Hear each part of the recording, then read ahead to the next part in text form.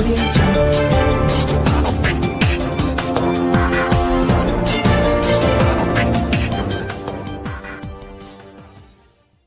बरेली उपद्रव मामले में पुलिस और प्रशासन की कार्रवाई लगातार तेज हो गई है। मौलाना तौकीर के करीबी और आईएमसी प्रवक्ता डॉक्टर नफीस अब पुलिस के शिकंजे में है। उन पर आरोप है कि उन्होंने उपद्रव के दौरान एक इंस्पेक्टर को हाथ काटने तक की धमकी दी थी। यही नहीं, नफीस की 74 दुकानों को प्रशासन ने सील कर दिया है और अतिक्रमण के मामले में उनके मार्केट पर बुलडोजर चलाने की भी संभावना जताई जा रही है।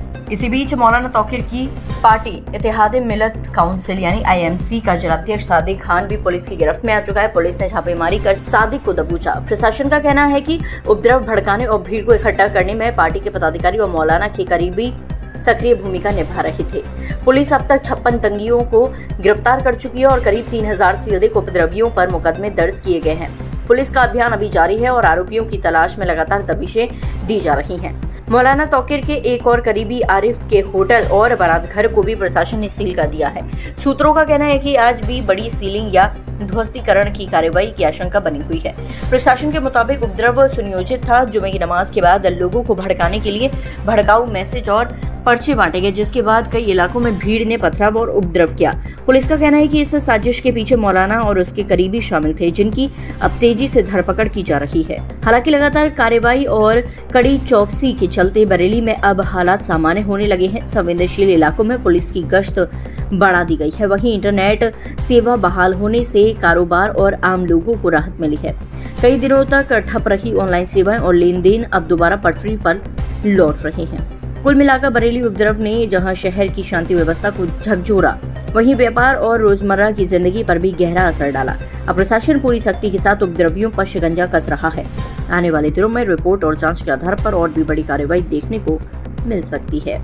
इनपुट है, कुछ लोग हमने आइडेंटिफाई किए हैं, बाहर के लोग जो मौके पे इस घटना में उस भीड़ में शामिल थे। उनमें से कुछ लोगों का ये भी पता चला है कि एक दो लोग बाहर के ऐसे भी थे जिनके द्वारा संभवतः फायरिंग की घटना की गई। उनके लिए हम लोग और डीपली इन्वेस्टिगेट कर रहे हैं और बातचीत कर रहे हैं। अगर दूसरे जनपद से भी सहायता की आवश्यकता होगी तो वहाँ की पुलिस से भी संपर्क करके उनकी भी सहायता लेके हम लोग इनको गिरफ्तार करेंगे। और कितना मोटा अमाउंट होगा लोगों का जो संख्या इकट्ठा होगी? कितने लोग थे? ऐसा कहा जा रहा है 40,000 लोग को इकट्ठा करने की बात नहीं, क्योंकि कहीं एक पॉइंट पे तो इकट्ठा हो ही नहीं पाए। जो हम लोगों की नाकाबंदी थी, हम लोग क्योंकि हम लोग अवेयर थे पहले से ही कि इस प्रकार का एक प्रयास हो सकता है कि किसी एक पॉइंट पे बहुत अत्यधिक भीड़ की जाए, तो हमारी नाकाबंदी और बैरिकेडिंग शहर के चारों तरफ थी। और इसीलिए आपने देखा होगा कि शहर के किसी भी पॉइंट पे सिंगल पॉइंट पे भीड़ को मर्ज नहीं करने दिया गया। अगर भीड़ एक जगह पे मर्ज होती है तो भीड़ बहुत ज्यादा संख्या हो जाती है। तो हमारे पास जो भी बैरिकेडिंग पे राजपत्रित अधिकारी जीओज लगे थे, उन्होंने अलग अलग पॉइंट्स पे रोका और इसीलिए 10 एफआईआर दर्ज हुई है। अलग अलग 10 पॉइंट्स पे पुलिस के साथ पुलिस के ऊपर पथराव या सरकारी कार्य में बाधा डालने का काम किया गया। तो इसीलिए इन 10 पॉइंट्स पे एफआईआर हुई है। सिंगल पॉइंट कोई ऐसा नहीं था जहां पूरी भीड़ को मर्ज करने को अलाउ करने दिया गया। और हम लोगों को इसलिए बिल्कुल हम लोग दृढ़ संकल्पित थे कि किसी भी कंडीशन में इस भीड़ को हम किसी सेंट्रल पॉइंट पे, चाहे वो इस्लामिया ग्राउंड हो चाहे कोई और अन्य पॉइंट हो, हम सेंट्रल पॉइंट पे इस भीड़ को नहीं पहुंचने देंगे। सर, क्या इन्वेस्टिगेशन में ये भी निकल के सामने है पुलिस को टारगेट किया गया था? पुलिस के जो लोग घायल हुए हैं, क्या क्योंकि जो एफआईआर है उसमें इस बात का मेंशन है कि पुलिस के ऊपर जब पुलिस ने रोका था, पुलिस को उन्होंने कहा था कि पुलिस पीछे हट जाओ और पहले मत रुकाओ। तो क्या पुलिस को टारगेट करने का इन्होंने प्लान किया था? ऐसा भी क्या? पुलिस तो विजिबल फेस है ही पुलिस, क्योंकि हर बैरिकेड पे पुलिस लगी हुई है। तो अगर कोई गलत काम करने जा रहा है, कानून तोड़ने जा रहा है, तो पहला फ्रंट पुलिस ही है जो उसको रोकती है।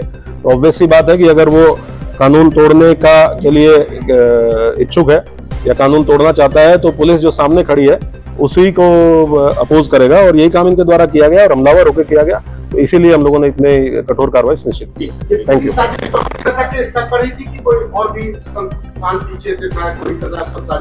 जैसे मैंने आपको बताया कि एक ऑर्गेनाइजेशन के द्वारा एक कॉल दी गई थी, आईएमसी नाम के ऑर्गेनाइजेशन के द्वारा। जो कुछ लोग गिरफ्तार हुए हैं उसके पदाधिकारी हैं, कुछ और लोग हैं जिनकी गिरफ्तारी शेष है। हम लोग सभी को अकाउंट 4 करेंगे और जो भी लोग इसमें शामिल थे, अगर कोई अन्य तथ्य प्रकाश में आएगा तो मैं आपके साथ शेयर करूंगा। हाँ, एक अनीस सकलैनी पार्षद गिरफ्तार हुआ है। वो भी इनकी पार्टी का एक प्रमुख चेहरा था, अहम चेहरा था। और उसके द्वारा भी वो हम लोगों ने शेयर भी किया है कि उसके द्वारा भी रात के टाइम एक पर्ची सर्कुलेट की गई जिसमें लोगों से आह्वान किया गया कि अधिक से अधिक संख्या में इस्लामिया ग्राउंड पे पहुंचे। आज में कोई आर्थिक मदद कहां से हासिल कर रहे थे? ये तो हम लोग इन्वेस्टिगेट करेंगे और इन्वेस्टिगेशन में जो भी आएगा आपके साथ शेयर करेंगे। Audio Jungle.